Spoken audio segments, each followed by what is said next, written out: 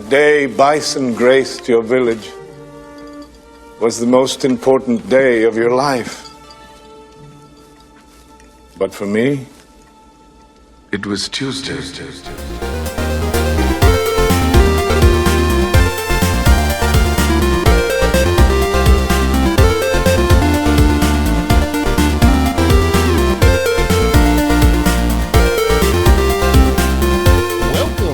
Rated G for Gamers podcast, episode 377. Before we start the show, we want to thank all of our fans who have supported us.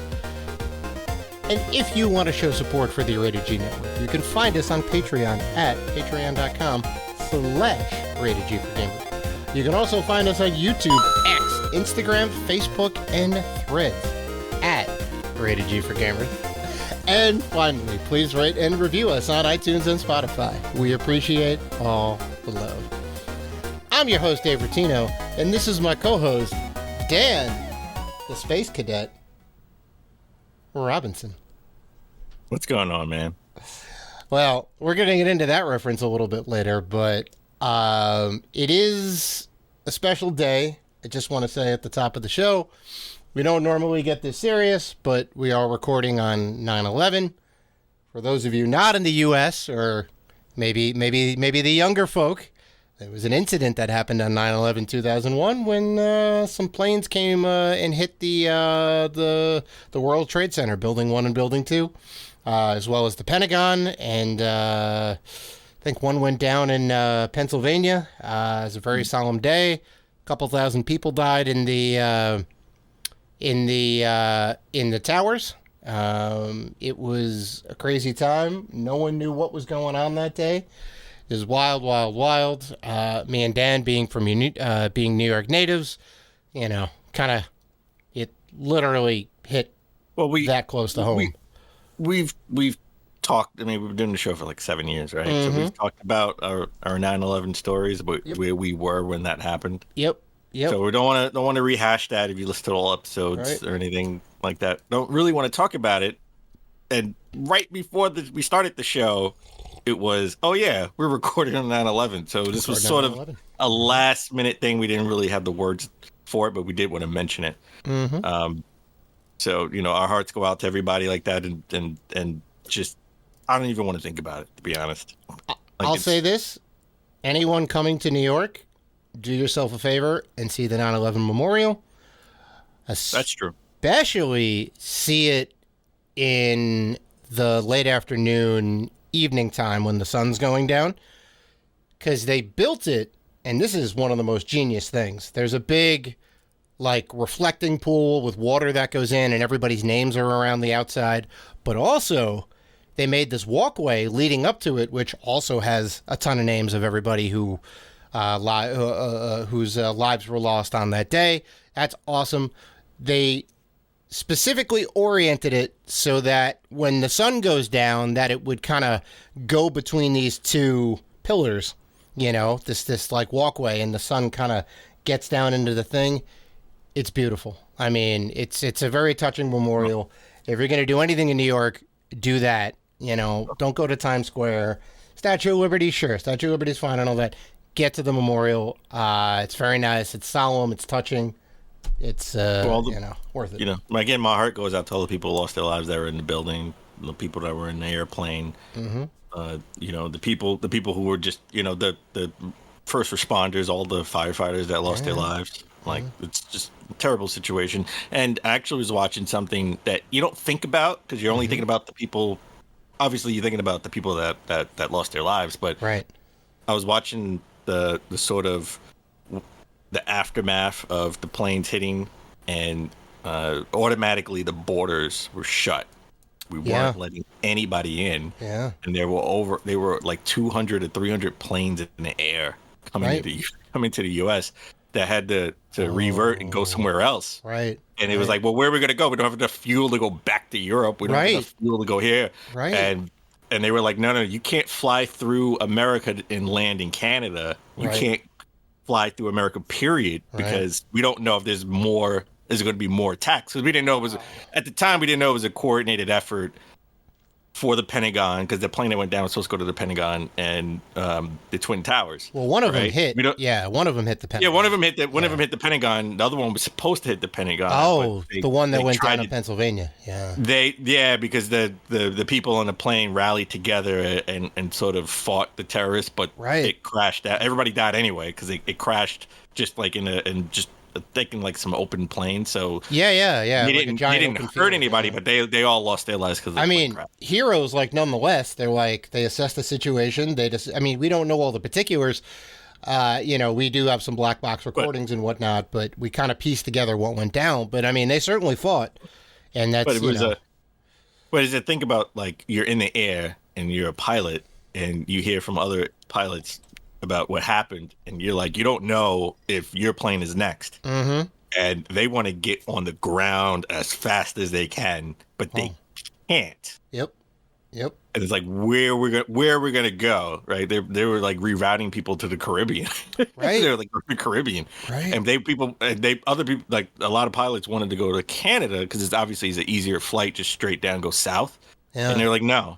Now you're gonna turn around. You can't go through U.S. airspace. Yeah. You can't go through U.S. airspace. So it's like, okay, we got to turn around and then go up or go down. And it's like, that's just a crazy situation to think about. But I don't know. Did you ever see that movie Flight 93 about the incident on the day?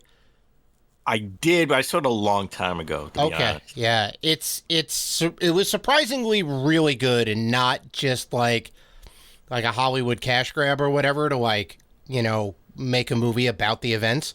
It was really cool because you saw a lot of it from the air traffic controller perspective, right? I mean, you did see a simulated fight go down on the plane and all that, but just like them slowly piecing together like what's going on, like they saw the flight patterns were kind of weird and they were trying to get contact, and the smart people in the room were like, hey, wait a minute, and then they slowly as the day was even just kicking up, they're like, all right, we need to figure this out. And I mean, they're also heroes to untangle that mess. Jesus. No, but I don't. All right, so I don't want to dwell on this. I just wanted. We last minute before we recorded, we were like, we should say something, and we've said something every year, right? And we've got into those stories, and I didn't really want to rehash our story again, right? But go back and listen to our 9/11 episodes. I mean, the ones that are around that time, if you want to hear the full stories, because they're they're interesting. A lot of people don't have the perspective. Either they weren't born around that time, or maybe they weren't even really in young. The area. They were really young. My sister, who is now 25, she was only 3. Right. When that happened. Probably zero memory of that, right? No memory. She had no memory. She didn't know where that was happening. Wow. But all right, I don't want to. It's hard to transition out of that. It's probably the toughest transition we're ever going to need to make in Rated G. I will say this. If you listen to the last episode, our opening monologue, I did talk about, wrestling and seeing the whole situation with CM Punk and AEW. And I've come to have a slightly different perspective than I did last week. And last week I was sort of just still angry. And I said, I'm done watching AEW content sort of as a silent or personal, I won't say personal protest. Because I thought Tony Khan there's so many things he could have did to prevent it from happening. Sure. So, escalating that to that situation. And if you're watching the video portion of this, I am showing my CM Punk AEW action figure. There you go. I bought it. There you go. Bought it the day he was fired, just in case this one skyrocketed in price. Just in case. I'm hoping it doesn't. But just in case, this is my first AEW action figure. You're hoping it doesn't skyrocket in price? Yes, because I don't think that's fair to regular people or collectors, and I don't think any of these things should be skyrocketing in price. I mean, it's cool to say I have that. I have it. Yeah. But it should be attainable for people who get into the hobby a little bit later. And I love wrestling. I'm not a collector by any means, but I do have WWF figures, some old school stuff. Yeah. WWE figures, TNA figures, WCW figures. And I wanted to get that, but I've changed my mind I will watch AEW content. I will play the game. And the reason why I changed my mind all right. is, and I thought about this. Why should I punish other people who weren't involved in that at all, the situation, but I'm going to miss out on their work, right? That they're busting their ass to make a living. And if I, and look, I'm just one person. I don't know if anybody else is doing it, and they it's a personal choice, but I would encourage them not to protest and actually watch Collision, Dynamite, maybe not so much Rampage. I don't think that's great, but watch their content, play their games, because it's a viable option for wrestlers to go to from, WWF, AEW, Impact Wrestling. Like, it's a lot of different places you can go. Sure. And, like Samoa Joe, I love Samoa Joe too, right? But he had nothing to do with the incident. If anything, he helped break it up. Mm-hmm. So, but I still don't like Jungle Boy Jack Perry because this is his fault. Hey, hate the person, not the. I was gonna say hate the player, not the game, but that's kind of like, I guess, like, hate the person. Yeah. Hate the person, not don't kind of demonize the whole organization, right? Not everybody's at fault. It's just a few people. Yeah. So, all right. I like that attitude. I will be watching AEW content. I'm probably going to take the month off, and I'll start watching it in October. All right. Look at this. So, still a little pissed. Still a little pissed. I mean, of course. It was like a weird situation. All right. We have an awesome show this week. Coming up, we're going to talk all about Starfield. I've been playing it. I know Dave hasn't, so I'm going to give him my thoughts on the game so far. We're going to go over the Metacritic scores. All right. And then we're going to talk about E3. Seems to be on life support, right? And is there anything they can do to save it? We'll get into that. I'll save my opinions for later, but all right. Before we get into any of that stuff, let's begin the show with sad news. It's just sad news at the beginning of the show. It just sucks all around. Saints Row developer Volition has been shut down. Embracer Group is shutting down, or has shut down, developer Volition. And what really sucks about this is it's not like they're shutting them down, at least from the last I've checked, that they're not shutting them down and sort of relocating or allocating the developers to other studios, other positions. They're actually letting them go as a cost-cutting measure. I mean, look, the last Saints Row game didn't do so well. The last two Saints Row games didn't do so well at all. The Saints Row remake did terribly. I mean, it was bad. I don't know who's to blame necessarily for that, but it's not a good look on Volition because ultimately they're the ones who developed the game. So, and Embracer Group has every right to say, hey, the numbers didn't look good, even if they made some bad moves on it. I don't know if they pushed up the timeline. We don't know.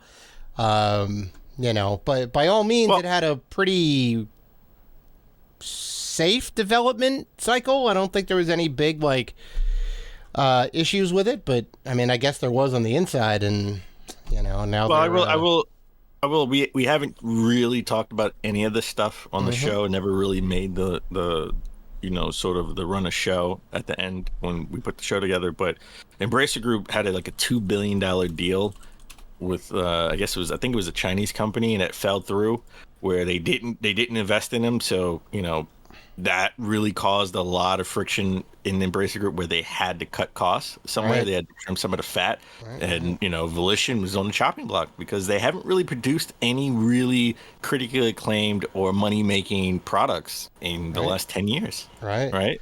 Just to note, because Volition's been around 30 plus years. They started in... Technically, they started in '93 when they were Parallax Software Corp, but as Volition since 1996. But they did Descent, the fully 3D shooter, right? It was like Doom but with a spaceship, which was awesome. The Free Space series, Summoner, it's a PS2 launch title. The Red Faction series, Saints Row and Agents of Mayhem are the most recent entries from that company. So they certainly have a history. Hopefully, it looks like Embracer owns the rights to all of those things, so hopefully they can continue both Saints Row and Red Faction. I think I'd be cool. It'd be cool to see Descent come back. You know? Yeah. Not really. No, look. I hope everybody can find a job, right, and get back on their feet soon. But I mean, that's usually what the case is, right? Like people usually. Well, in this case, turnover is pretty quick, right? Because people are always looking to hire more. well, developers. I can tell you. I think they had bad direction, not bad. The gameplay I thought was decent. Mm-hmm. The graphics, okay, cartoony because that was a chosen path. Yeah, but I think sort of like the path of the game, the direction of the game, what we're gonna make. I think sort of the blueprint was flawed. Oh, I mean, yeah. Look, they're all talented individuals and whatnot. They're all capable developers. I was just gonna say from firsthand experience being a developer, not a video game developer, so different industry. Well. Yeah, different industry there, but like the same field.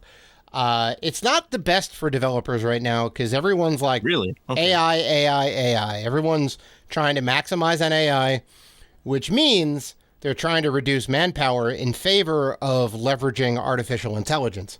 So if you're in AI, you're the golden boy of the industry right now because everybody's looking for people to create scripts and leverage ChatGPT and everything else to kind of automate things. And, we're seeing that in the movie industry with all of the strikes that are going on. Part of that is due to AI clauses that are in these things. And now we're seeing it in the video game industry.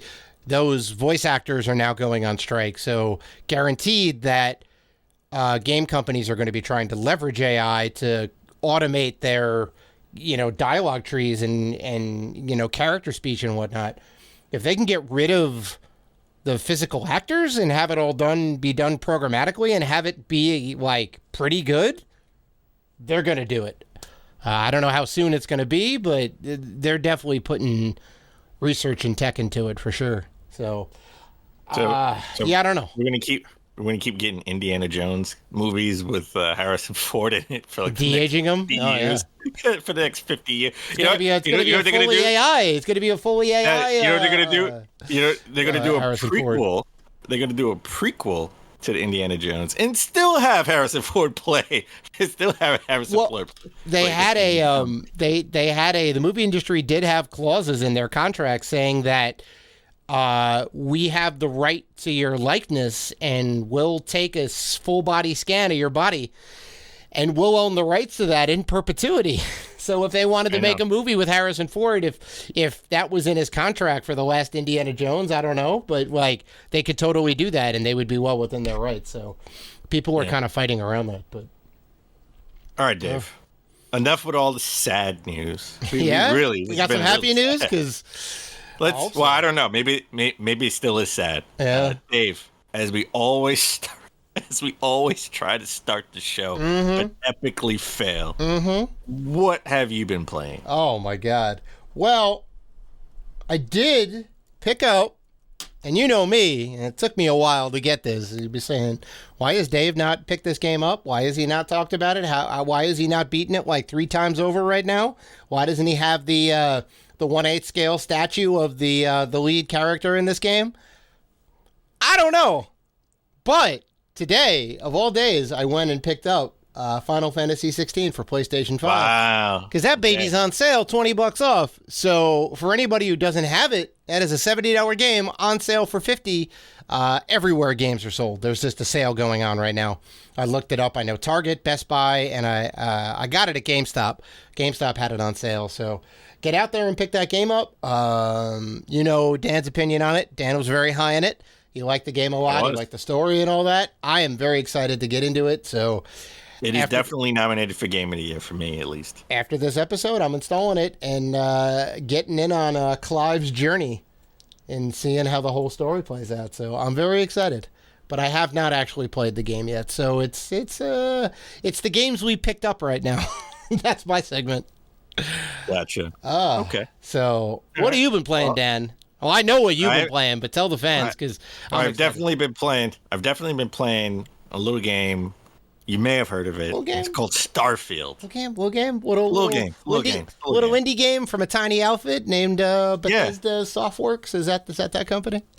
Yeah, I've been playing Starfield, baby. I got it on Games Pass, but I also wait. Did you get the watch? Show me the watch. I didn't get the watch. Oh, okay. That watch is banging.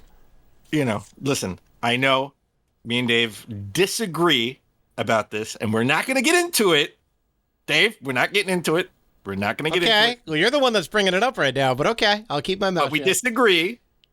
We disagree because I know I'm in the minority for many reasons. Many reasons I'm a minority.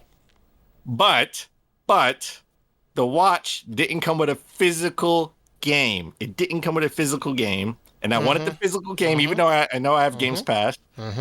Everybody online that I've saw loves the watch and loves what they did, the fancy way they gave you the code. Yeah, sure. I'm sure it's done nicely. People enjoyed it. There were rumors that they were going to sell the watch separately, and I thought that was true. Right. It seems not to be true. I debated if I wanted to get the PC version. Because obviously I wouldn't need the Xbox version.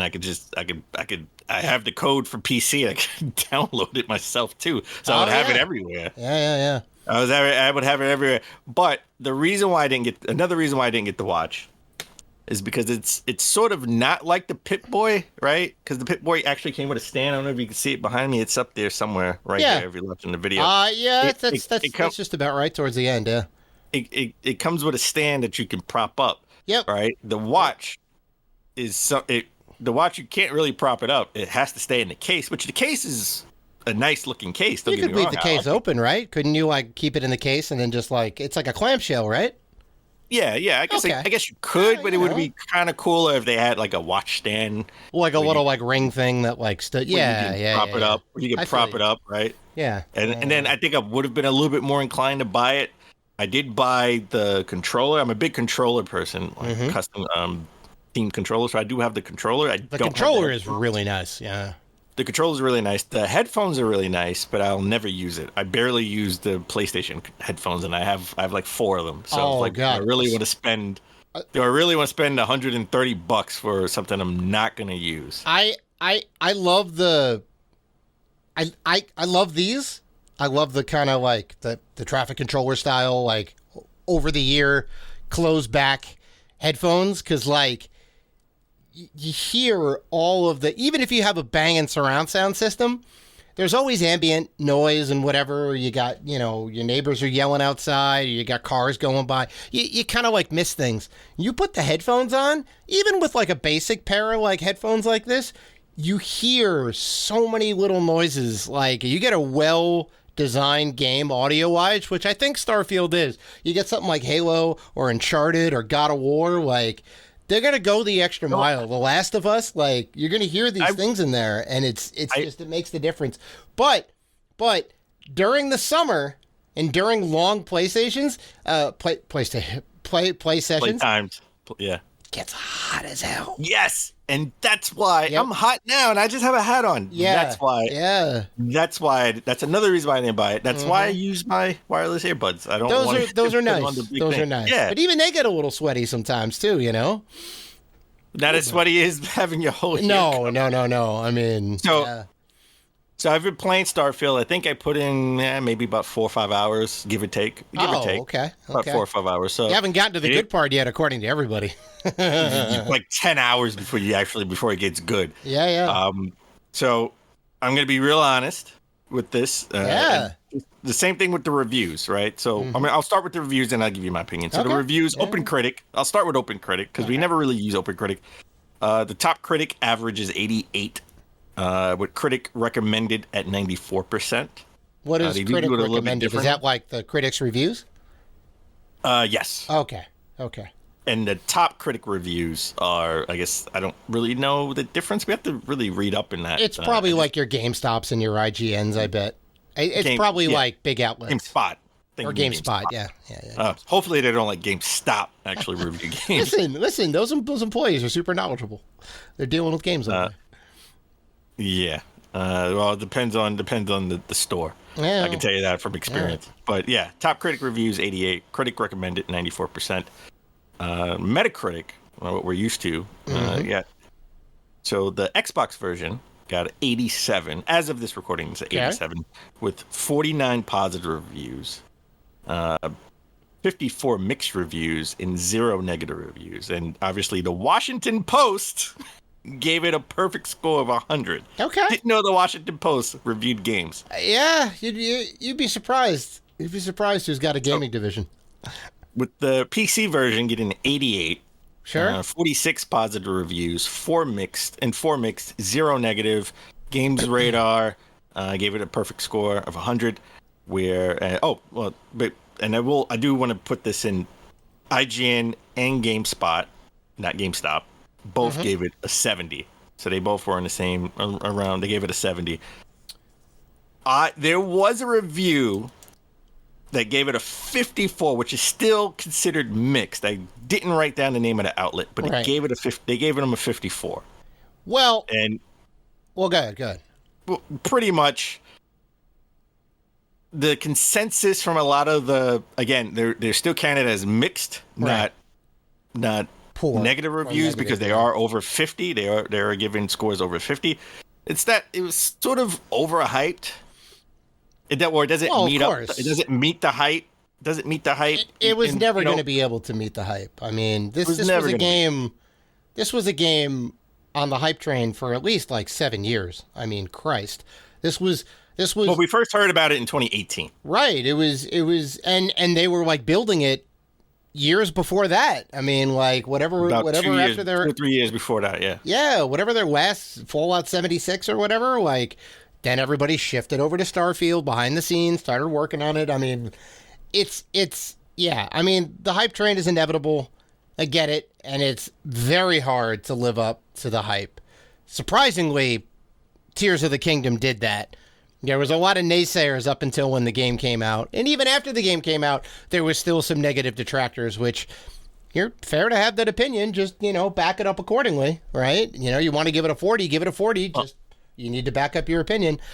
I think I haven't played it yet at all, but I think the online consensus is that it's pretty good. It does some things amazingly well, does other things like not so great, but overall it's a fun experience. I think that's what people get away from it.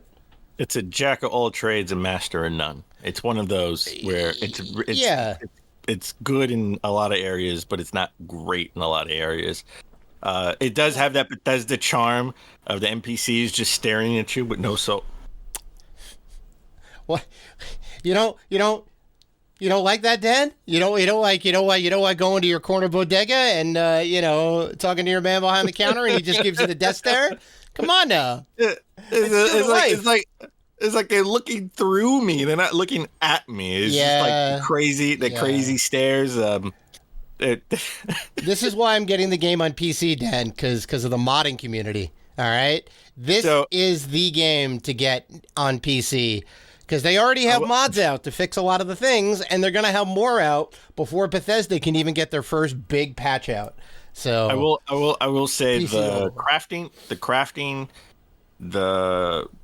just the navigating of going through the different menus and sub menus are all overly complicated for no reason. They should have simplified it.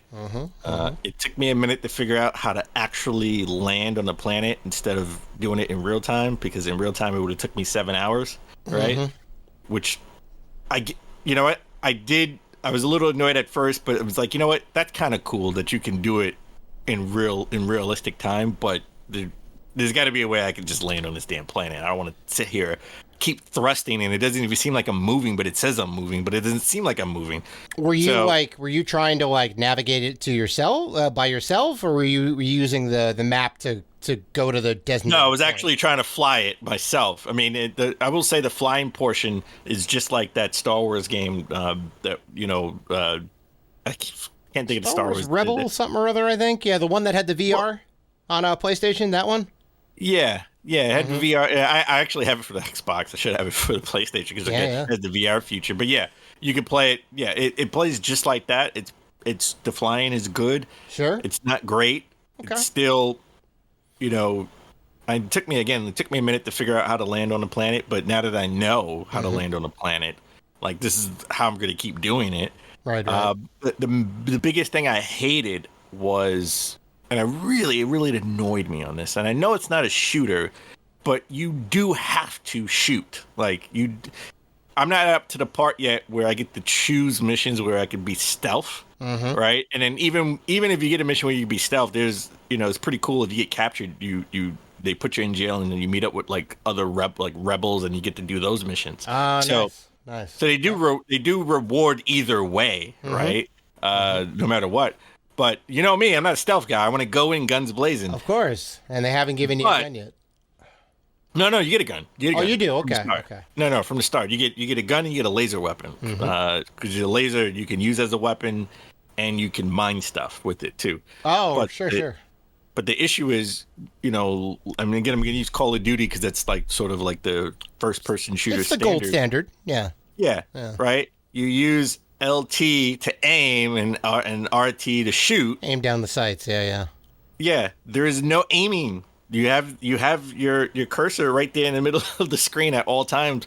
So you have to really, it's that one stick. I have to move my player in that direction to shoot, and that gets annoying. Especially when you don't have unlimited ammo. You got to be ammo conservative. Well, no, of course, yeah. I'm gonna give them the benefit of the doubt in saying that aiming down the sights isn't for all weapons.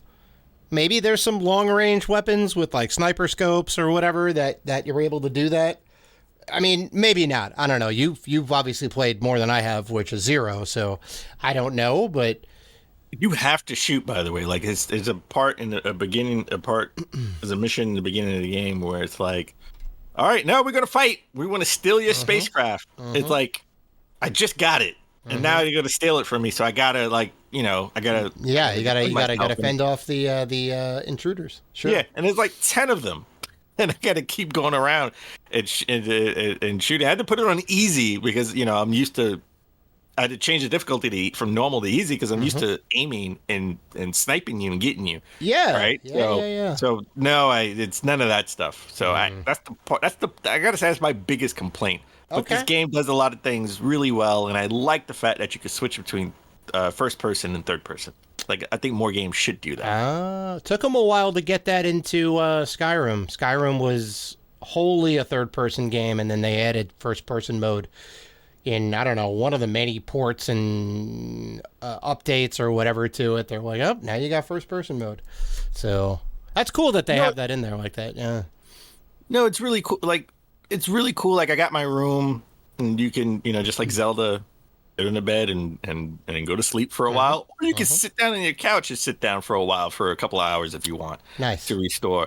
And they basically told me, and when you, and again, this is at the beginning of the game, so it's nothing too crazy. They basically said, hey, we got to get this. I won't say what it is because you haven't played it, but these are the things that we got to get. Okay. We don't care how you get it. Right. We just want it. Yeah.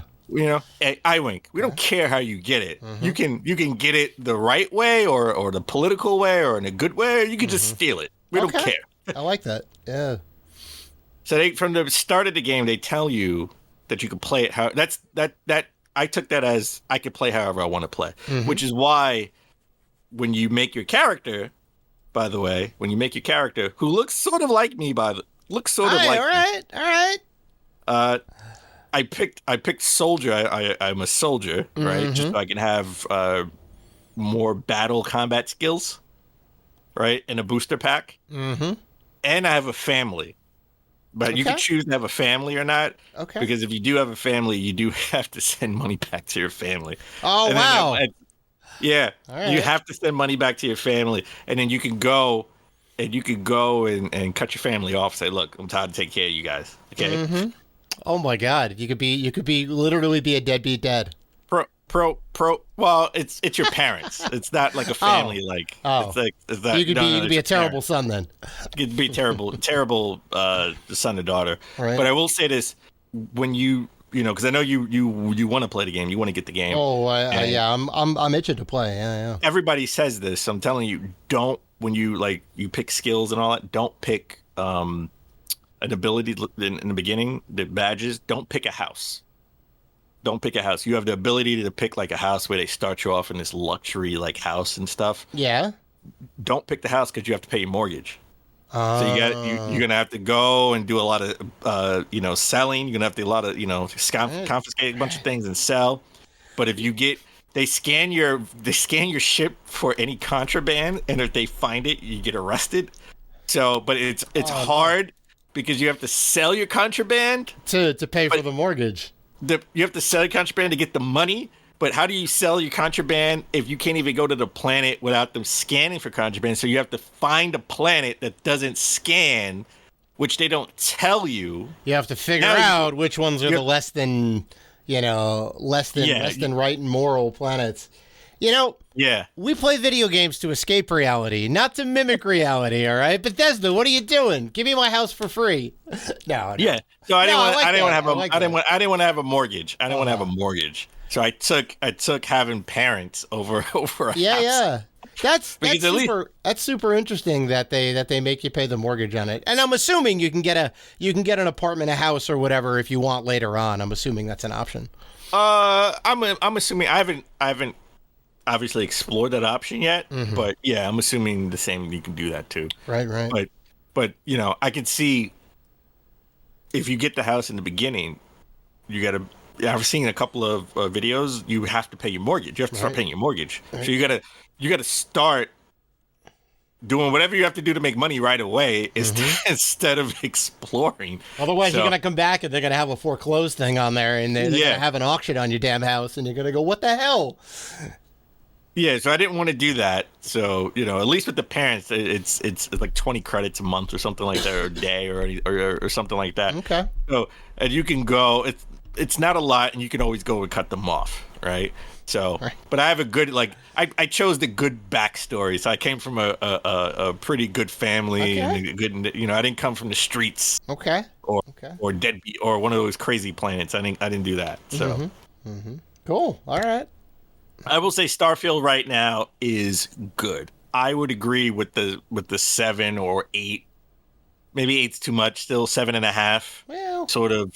They say it takes a while. I also heard that the post game, the new game plus, after you beat it, and nobody wants to talk about it because it's really cool, and B, nobody wants to spoil anything. They say that is also fantastic, and that opens up a bunch of cool stuff. Like after you beat it, all these like cool new things open up, and I'm curious to know what happens after you beat the main story mission. So. There you go. Takes a while. But that's, I think that's the mark of a good RPG. They're a slow burn. They take time to get into it. You got to build the world. You got to get invested in it. It's different than a Call of Duty where they just drop you right into the action. They kick you on your ass and they say, get them. And it's an adrenaline. It's an adrenaline ride for the next 8 to 10 hours. And then you're done. And then you put it down and you go, all right, this is... 30, 40 hours plus. You're building relationships and stories and adventures. Like there's a lot going on. People said don't veer off the path of the main story too much, because that'll give you a lot of the skills and attributes you're gonna need. Like you'll need when you do go off on your own. Okay. So I will tell you, when you do buy the game, just stick to the story, because I could see that. Like I've been sticking to the story, and I've been building up things that you probably wouldn't have gotten if you just veered off the path and just say, I'm going to this planet just to hang out or whatever, or explore. So okay. Listen, Starfield, pretty good game. Doesn't meet the hype for me at this point. Okay. It's a marriage of Fallout or Doom that meets No Man's Sky. That's what it is. That's what it is. A lot of people have been comparing it to No Man's Sky, because now that had a rocky start too, but now they made promise on it. I believe there's dinosaurs in the game. There's ship combat in the game. You can meet up with other people in the game. It's got VR support now. Like. There's a lot of cool stuff in that game. At least in this game, I actually got off the planet. I couldn't get off the planet in No Man's Sky. Oh well. So, Yeah, I didn't even know what to do to get off the planet. But Mm-hmm. all right. On that note, why don't we take a break? And when we come back, we'll get into the top gaming news of last week.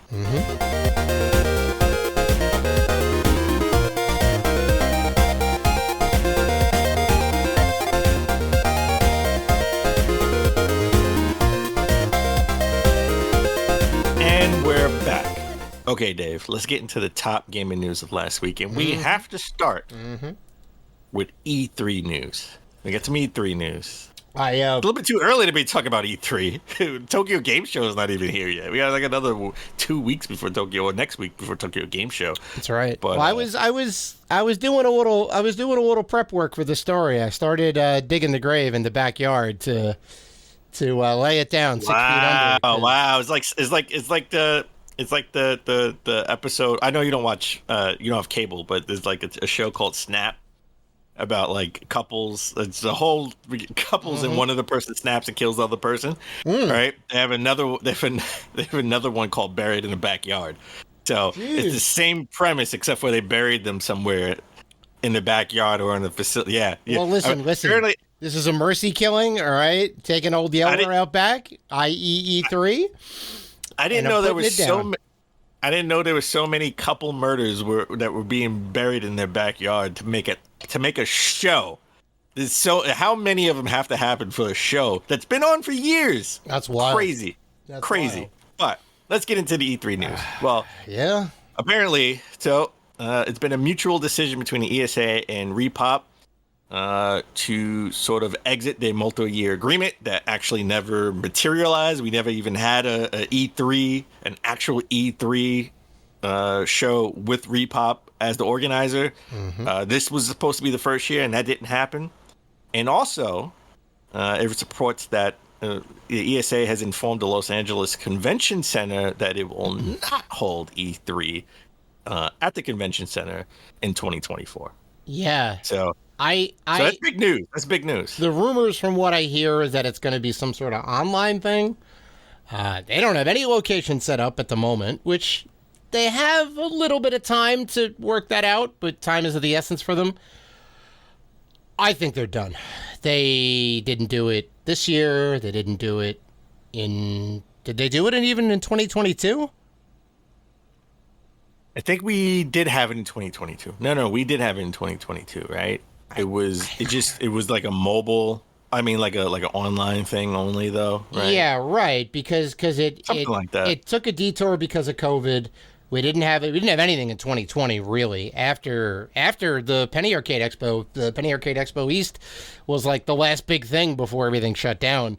So 2020 was a wash. I don't think they did it in 2021, or if they did, it was very hobbled.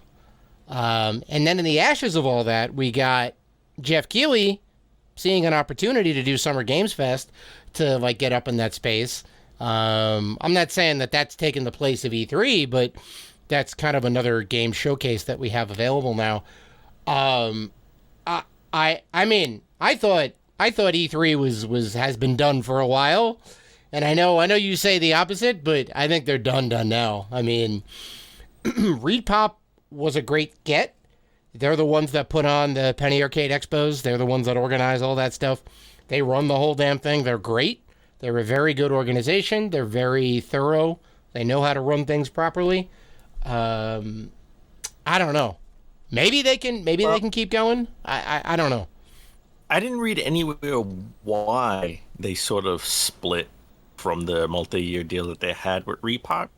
Like the statement is that it was a mutual decision. So I guess they both have different views or different visions of what E3 should be going forward, right? Where I think Repop runs all the PAX conventions, which are more fan oriented, right? So maybe the ESA didn't want to make it another fan event.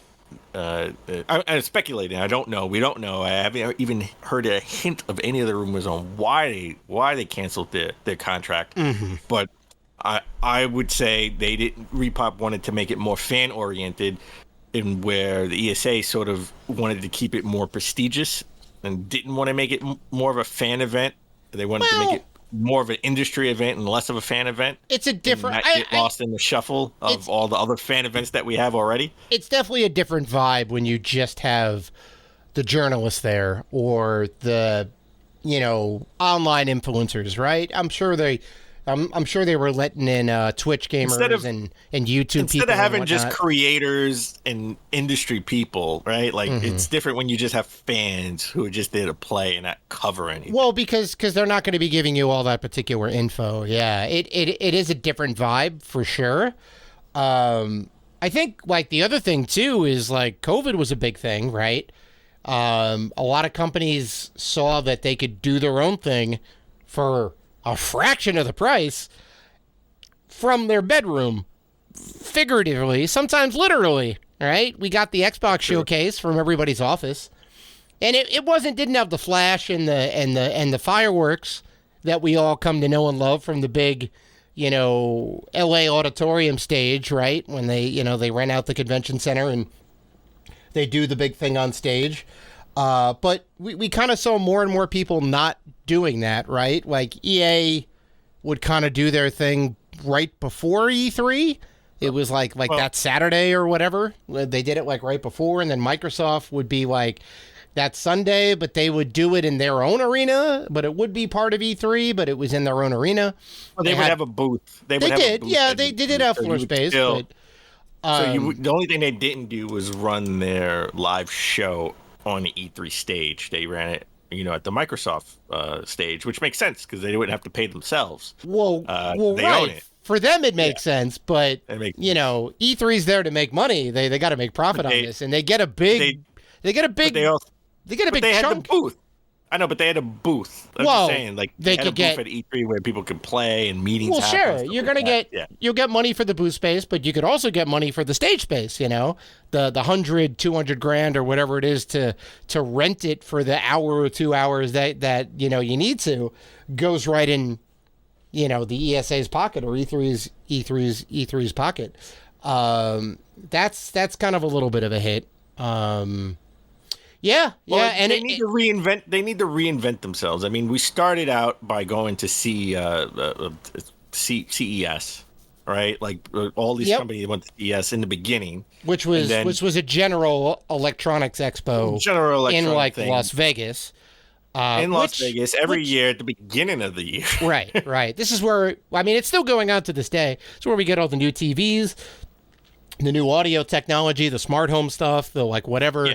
It's a more generalized tech event, but you will see like Sony and Microsoft will be there in some capacity for sure. Just not in video games. They, for the most part, not so much. Yeah. Not so much, but as the industry grew and became a juggernaut, we needed our own event, and one of the reasons why they picked the beginning of the summer, because again, E3 is still at its core made for retailers, which that was the original intent.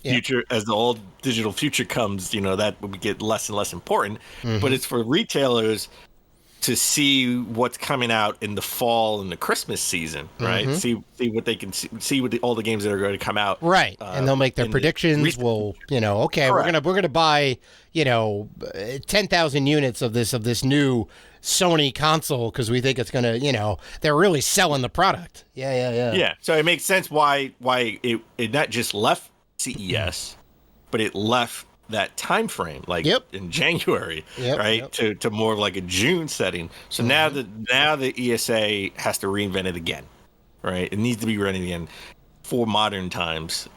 And do you really? I still like the fact of having people there to actually have hands on with it, right? Because that's how you remember when 2020 we didn't get a lot of gameplay or previews of games because people didn't have a lot of hands-on time because you wanted to put it in a more controlled environment and not just give out codes.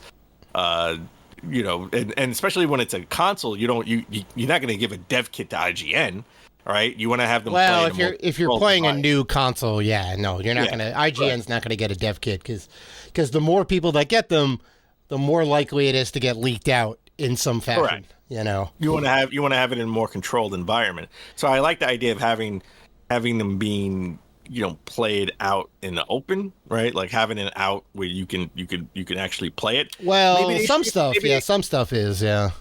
Some stuff's behind closed doors still, Some stuff is behind closed doors. I mean, and we're going to talk about one of those things that's behind closed doors in a minute, next story. But maybe they should think about rejoining CES, right?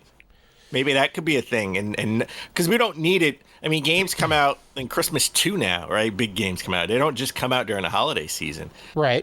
Right. At the end of the year. So maybe we can have something where it's at the beginning of the year now. And it'd be, like you can have sort of the major things at the, the major games, the Zeldas, the God of Wars, the Halos at the beginning of the year. And you save some stuff for Summer Games Fest with Jeff Keighley later on. Honestly, I think the Summer Games Fest is the new E3.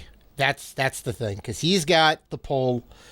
He's got good stage presence. He's been doing the Game Awards ever since its inception. I think he does pretty well at that. This is, like Dan likes to say, the Game Awards without the awards, which is definitely very apt. I don't care who runs it. I don't care where it's held. Because we don't necessarily go to those particular events because they're a little expensive and they're across the damn U.S. I would like to for sure, but I don't really care who runs it. I just want to see the games. I'm more concerned about the trailer than everything else. I want to. How about this? How about this? Easy solution. Just let Jeff Keighley run it. That's what I'm saying. He's running Summer Games Fest. It's just under a different name. Just let him run. Because give him E3. There was this year, there was like a show floor, not a huge show floor, but you could play games. I don't know what it looked like, or if it was more behind closed doors. You had to have appointments or whatever else. But the journalists could play some of the games there. People got hands on with Sonic. People got hands on with a lot of. Yeah. So I do think there needs to be something, but with all the missteps that E3 has been having, and now the loss of Reed Pop, which I think maybe you're right. It was probably differences in opinion on what direction they wanted to take it and turn this thing into. Manifested by the pandemic, that really kind of burst a lot of the cracks open, which is sad because E3 was an institution since '96. With a small hiccup in the mid-2000s, but then they came back, they regrouped and came back, and they had another glorious 15, 17-year run. So I think they will.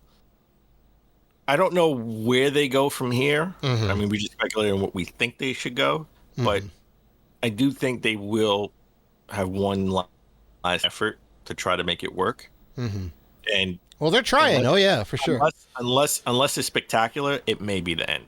Unless it's spectacular, unless it blows our socks off, unless it can rival Summer Games Fest. Because, for all intents and purposes, that is its competition unless they really run it or make a deal with them. This could be it if it doesn't work. Right. This would be the final stand. Right. The last dance, as they called it on Netflix with Michael Jordan. This could be the last dance for E3. So we'll see. Yeah. But talking about things being shown behind closed doors, which is why we need a E3 style convention. Because while at Gamescom, it's been reported, rumors really, because NDAs, but if it's coming from all sides, it's probably some truth to this, that the Nintendo Switch 2 was demoed at Gamescom behind closed doors.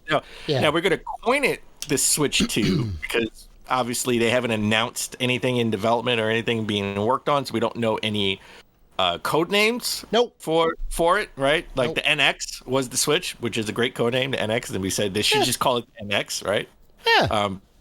It was demoed to select people in the industry behind closed doors at Gamescom, running Unreal Engine 5, the Matrix tech demo. So they say, yeah. With DLSS and running a souped up Breath of the Wild demo. Not even Tears of the Kingdom, Breath of the Wild demo. Sure. Now, You believe the rumors? Probably an Unreal Engine, which is probably an Unreal Engine 5. We don't know. Maybe they like totally ported it over. Do you believe the rumors? Yes, I do. Oh yeah, I do. Yeah. I do. I mean, they pretty much said this console was maybe more powerful than a PS4. They didn't quite say, from everything that I've read and heard. Not quite a PS5, but definitely more powerful than a PS4. It better be more powerful than a PS4 and an Xbox and an Xbox One or an Xbox One X. I mean, Christ, it has to be. It has to be because it came out in 2017. It is now 2023. This is a generation. 5 to 6 years is a typical game console generation of like hardcore relevance, right? We know that the PlayStation 2 lasted like 10 years. Sony's got a big commitment to their consoles. If the consoles do well, they will support them. If the consoles don't do well, like the PS Vita, which I think they gave up on too early, but they're like, we're not gonna support it. So some of them do last that long, but at the end of the PS2, in like 2010 was the last year, I think that they actively were putting out some games, and EA was still making sports games and whatnot. Everyone was already moved over to the PS3 and the Xbox 360 at that point, but it was still out there. You could still buy it readily, I mean, the Switch is aging. It's hard. As great as Breath of the Wild is, it has a lot of performance issues. And they spent a year getting it to be that good. And it's still a little bit rocky. So they need something new, for sure. Games are getting bigger. The visuals are getting better. And this, if the rumor's true about the DLSS thing, that is major. Because that is basically a variable resolution. So it can go from, let's say, it can scale from, 540p up to maybe 4K, depending on how demanding the scene is and how vibrant and wild the thing is. You got, 29 combatants coming down the hill with guns at you. Maybe you can't run it at 4K. Maybe you drop it down to 720 or 1080. But it can do all that on the fly, and it can create pixels from pre-existing data, and it does it pretty well if it's programmed properly and at a small cost to performance. That's the big thing. That's the big thing that the Switch has been missing. And if it can do that, which I'm pretty sure that they're going to use a chip that is compatible with DLSS or FSR 3 or 2 or whatever AMD's offering is, that's the secret sauce. That'll make them compete, I think. So this is exciting. I do think there'll be still another Switch-like console. I don't think they will deviate from that much. Yeah. Maybe they will. I still think they will add something to it to where the dock makes it more powerful. I don't know. There was a rumor out there, unsubstantiated, of course, that they may go away from cartridge and do what Sony did with the PSP as far as like UMD disc type thing. Oh, I don't know if it'll be the same way. For the low cost but extra storage option. Correct. Sure. So, They would probably do that, something along those lines. Yeah, but it is exciting. Now this would be new hardware where, if you believe from the whole court case between Microsoft and Sony, Phil Spencer has been on the record saying, he thinks the next generation of consoles will come out in 2028, which would, give these consoles an 8-year life cycle. Sure. So, sure. And he did say the reason for that, and it was, the same reason I said. It's because of the zombie apocalypse sort of shutting everything down for the first 2 years of its life cycle. There's a lot of games that would have been out already that are now coming out this year. We're seeing all of the games this year. Yeah. For all intents and purposes, the consoles launched in 2020, but nobody could play it until 2022. Right. Exactly. So it's really, it would really be a 6-year life cycle. It's 8 year from launch, but 6 year from when people got the chance to get their hands on. Yeah. I mean, you're like half joking, but also you're right. You know, we had that big hiccup. It made major delays for everything. I'm with you. I think it's going to be an evolution, not a revolution. We're not going to see a Wii style console this time around. I think they hit the magic. They're just going to make it better. Maybe add some, small little Nintendo Wii style features. I like the dock thing. Maybe there's some extra hardware in the dock where, it's fully powered. You don't have to worry about the battery. Well, maybe there's like an extra graphics chip in there that it'll utilize when it's docked. That could be kind of cool. They wanted to get away from, I'm adding all the rumors up. They wanted to get away from the mistakes of the Wii U. They want people to know this is a different console and not add on to the Switch or a different Switch variant like the OLED and the light switch. Yep. Right. Yep. And doing, putting a disc in it instead of a cartridge would actually, that would bring to it this being something totally different, and not using the Switch name at all. Yeah. Would bring to it being something totally different. And right? Get your like marketing team on point. Accentuate that this is a brand new console and not just a gamepad for your Wii. Well, they had some other rumors too. They had some other rumors that this would tout a VR capability of some kind as well. Maybe, right? Yeah. That would be on point with Nintendo doing something strange, saying, you could have a head strap to it where you could strap it to your head. They did dabble with the Labo. They had a VR thing with the Labo, but you had to be like this playing Zelda and Mario Kart. It was not the best. I know. And another rumor is that the name of it is called the Nintendo Focus. I heard that. Yeah, I heard that. With the logo of like a 3-dimensional half 3-dimensional square and a half 2D square. Which is probably where they're speculating on the you got to focus your eyes on the VR screen. Maybe. Yes. I don't know. Yeah. I don't think they're going to do VR.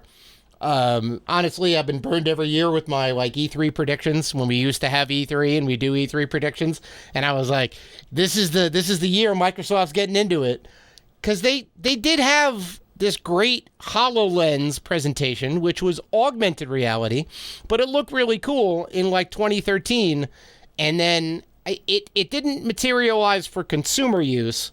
I think it kind of materialized for commercial use. But in very certain instances, I don't really know whatever came of that.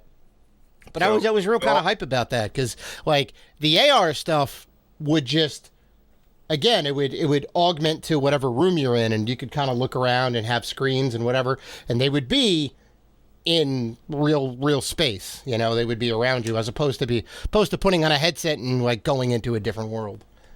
Which is a different thing, but I don't know. I thought they'd get into VR by now. But I'm going to go deeper into this rumor. Okay. Where the Switch 2 or Focus would cost $399 at launch. Sure. Have an 8-inch LCD screen. Sure. They will be ditching the OLED, at least for the initial save on launch cost a little bit. Yeah. Save on cost. You would be able to transfer Switch games to the Focus, but for a $299 transfer fee per game. And the leaker also said there will be by the way, let me just finish. The leaker also said there would be a new Mario Kart game at launch, ARMS 2, and F-Zero, a new F-Zero game called F-Zero Titans. Those last two predictions, the $299 transfer fee, the hell is that about? That's never really been done before to any sort of success. They're not going to do that. If they're going to have backwards compatibility, they're going to have backwards compatibility.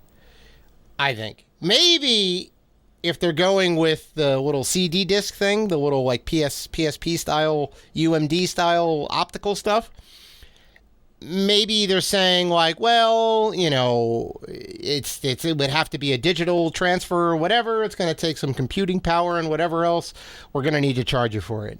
Maybe. I don't know what your thoughts are on the credence of that. I don't know what you think, if they'd even do that. But I don't. Again, as Dave always tells me, is the infrastructure there? right? Like, how different is the online? You know, like we always say, the reason why Microsoft or Xbox, their online capabilities is so much better because they're a software company, right? And they built the infrastructure in there from the get go to do these things. Where Sony had terrible infrastructure and they had to go and patch some things up to make things work. They did. The PS3 to PS4, right? And PS4 to PS5. So they go in and make things work. I mean, Nintendo, I would think, would be in that same boat of that Sony would be in. Well, as far as just their online and the storefront infrastructure and, et cetera. I'm going to boil this down pretty basically, but getting a game from your Switch to the new console, let's say it is optical. To get a game from there, you would need to ping Nintendo servers and, verify whatever via your account or whatever and say, yes, I want to port this game over. So you're on your Focus or whatever. You go, in the account. Okay, we see that it's your game. All right, this is a one-way transfer. It goes from your Switch to your new console. Maybe you can play it on both. You can keep them. I don't know, but I'm gonna take the darkest timeline here. It's a one-way transfer, and you're just hitting the same server. You're hitting the same eShop server where the game is, and you just download it to the system. Like, the infrastructure's there. Now, is the architecture of the new console vastly different than the Switch, right? Because it's running on this, Tegra chip, which they've made a couple new revisions of the Tegra chip, but they don't really NVIDIA doesn't make the Tegra chip anymore. And if you go to a different architecture, makes it very tough. Like, from the original Xbox to Xbox Series X, same x86 architecture, same chip, same whatever. PlayStation, Sony has always had a different chip. PS2 had the Emotion Engine, PS3 had the cell processor, and then PS4 and PS5 are like x86 style architecture, very standard style architecture for the most part. So PS4, PS5, very easy interoperability, more so than any other console. Like, the PS2 had a PS1 on a chip. They basically did the emulation on the chip. Same thing with the PS3. They had a PS1 and a PS2 emulator on a chip on the system. And, that was part of the reason why it was so much. And they're like, hey, we've got full backwards compatibility back to PS1, which was super cool. But you have to kind of build that in. So I think it's more on the architecture, if this is possible. I know people like MVG says, the Modern Vintage Gamer says, don't necessarily count on them doing backwards compatibility because you need to have similar architecture for it to be a no-brainer, right? You need to have like a Microsoft situation. So I don't know. I don't know why they would charge $299 per game. That's kind of weird. The other thing is, F-Zero is not coming back, and they're not doing an ARMS 2. ARMS did not do that well. ARMS did pretty good. And ARMS actually was in favor. If anything, ARMS, I would say ARMS 2 would be out. I'm surprised we didn't get an ARMS 2 now. Well, so I would say ARMS 2 and Mario Kart are safe bets to talk about at launch of the new game Focus. They never talk about it. The latest ARMS thing to happen is Min Min in Smash Brothers. Smash Brothers, but that's because Sakurai wanted him, and he was like, all right, I want an ARMS character, and he put out an audience vote, and Min Min won. So he was okay, we're gonna go with Min Min, which is awesome. I like that. ARMS was the new IP for the Switch because every console needs a new IP, right? You can't come out with the same thing over and over again. And I like that game. I would love to see a sequel. I just don't think it has. Game. When we demoed it, I beat you all 3 times. It was great. You win. I let you win, but that's I like. And what does that have to do with the? That has nothing to do with the story. Why you bringing that up? They should make ARMS 2. They should make ARMS 2. I would like them to do an ARMS 2, but considering there's no talk, this is the only rumor we have about it. I mean, maybe. I think it's a better bet than F-Zero. F-Zero is definitely not happening because the creator of F-Zero has been on record multiple times saying, I don't know how to move the franchise forward, and I don't just want to put out a new game, which I think is bullshit because it's been, I don't know, like 20 years since F-Zero GX or AX. GX on the GameCube, AX in the arcade. They came out around the same time. That's the last one that we got. Put out a new F-Zero. It's fine. And then the Mario Kart thing, they just 100%. put out... No. Because they just put out what? They just put out what? They just put out... They didn't put out anything. Yes, they did. They put out 48 new tracks, Dan. That's doubled. Nothing. There's 100. There's literally 100 tracks in Mario Kart now. They just put out the last Wave 5, which has brand new tracks. They're not all just remakes. Put out brand new tracks. They added new characters in there. So they got better battle mode. That's the game. I do believe the next one, they're going to skip 9 because they're going to say Mario Kart Tour is 9.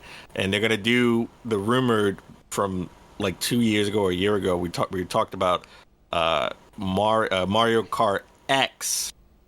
Yeah. 10. Yeah. No, I agree on the naming. Sonic. I think it was like Sonic. It was like Sonic Racing or something like that. Like so that would be the new take on it. Right, where you would have all the Mario characters versus the Sega characters, and it would be the 10th iteration of Mario Kart. They're gonna port 8 Deluxe. Now they may call it X. But they're gonna port 8 Deluxe. They're not gonna port 8. Dan, if I go to the game chart sales right now, the top 10 game chart sales, I will literally bet you $1,000. I will put that on the table right now. That Mario Kart 8 is in that list. A game from 2013 is still going to be in the top 10 list. Nintendo, no. If that's the case, then GTA, they would be dumb. Then if that's the case, then there's no GTA 6. GTA 5 keeps selling. GTA 5 is one of the top selling games of all time. Well, we definitely know 6 is in production because... And we know Mario Kart's in production. We know they will do a Mario Kart. They're going to say... I'll make a bet. I'll make $1,000 bet with you, Dan. Forget Shake Shack. I will bet you $1,000 that it's not going to be a wholly new Mario Kart with like 20 or 30 new tracks. They are going to port Mario Kart 8 Deluxe. No, wait. They will do that. And it'll look better. It'll look better. No. I gotta pull a Dave. I gotta pull a Dave because he's gonna put some caveats in here. Now, if they say if they say Mario Kart 10 or X or whatever, all right, it's gonna have a different name. But it still has courses and stuff from Mario Kart 8 Deluxe. Well, they always do. If there's not a substantial... Is that gonna be Mario Kart 8 Deluxe Plus or anything like that? It's not gonna do that. It's gonna be the name will be different. It will be different. Okay, but okay. The only way that I would make this bet and be wrong is if there's a substantial amount of new tracks. They always do the classics. They always bring those back. I know that. But if let's say there's 32 tracks, there has to be at least 16 brand new tracks. And no references to old tracks or whatever. 16 wholly brand new tracks and some new mechanic in the game. Oh, 100%. Otherwise it's not going to be a new Mario Kart. It'll just be the Ultimate Edition. It's pretty much going to be Mario Kart in my view. Pretty much? No, it has to be in totality. If the rumor is true, it would be, and I like the rumor. Don't get me wrong, I like the rumor. I like the rumor too. I would love a new Mario Kart. They would do Mario Kart in the same vein as Sega, right? With the 3 different cars. So every time you hit a lap, you change the car. It went from an actual cart to a boat to a hoverboard, like to a hovercraft, right? Like I love that. That would be the unique. You were using sort of the Sega racing mechanics with the Mario Kart tracks, designs, and characters. Sure. Yeah. That would be a new mechanic. Yeah. I mean, if they had something like that with half of the new tracks being brand new tracks, then I would be wrong. They're not going to do that. I don't think they're going to do that. I think they will. But all right, let's get into the last story. We're not doing $1,000, but we have a standing bet that it's not going to be out there for launch. So we're putting our pride in the line, folks. That's it. Who else is putting their pride in the line? A GameStop CEO. I love this story. So let's get into it. So, let's not stay on this too long. But I thought it was funny. We're recording this on the eve of Apple's event that they do every September, Mm-hmm. and we will get the iPhone 15 plus some other goodies. Mm-hmm. It is widely rumored that Apple, who was against making everything USB-C, they did do the new iPads USB-C, which I love, but they did have to put be USB-C. This old school lightning connector thing that they have going on. They're holding on to the legacy connector. They had to put their own twist on it. To use that their wire, I have to use their power brick. It's all BS. It's just a way to sell Apple branded products. There's no reason they need to do that. I give you that. You that though. But I do like their braided wire. Yeah, they do make good stuff. Yeah. And it's been touted online that, Apple will put their spin on it. They will announce iPhones with USB-C, and they'll say, hey, they will embrace it and say, hey, this is a great thing. Look at what we're doing, as they always do. Right? Well, they were forced to by the EU courts. So in Europe, they had to do it, and they're like, well, we don't want to make 10,000 different models. We might as well just do it across the board. And yes, it'll be a win for consumers, and they can spin it in their own way and say, "Hey, look at this cool thing we did." Yeah, for sure. So it's being touted. Sure. It would be touted no matter how you want to spin it. It's touted as a win for consumers. But CEO Ryan Cohen from GameStop of GameStop, that's the name I don't recognize, but they've had a high turnover on CEOs, so. He actually retweeted that article about Apple and said, big win for consumers. Consumers have to invest their hard-earned money into physical video games. Disk drives should be required by all consoles. Oh, well, that's okay. Well, this was in relation to the Apple thing?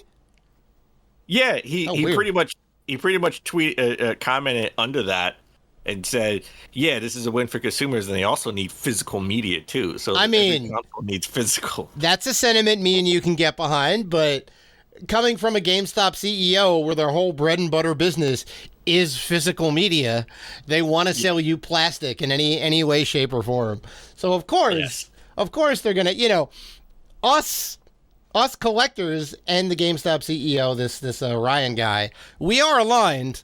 Our reasoning is different, but we are aligned. So now I kind of want to see GameStop stick around. Maybe they can. I want more of these. There you go. I'll talk about it on Saturday morning retro what I got. Well, you got some good stuff. I want more of those. I saw that.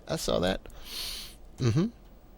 So I want physical to stick around, but just like E3 and GameStop. No, it's inevitable. They're dying out. There is no way to stop it. They're dying now. Yeah. All right, Dave. That's it. That's all it for the news. You got anything interesting happening?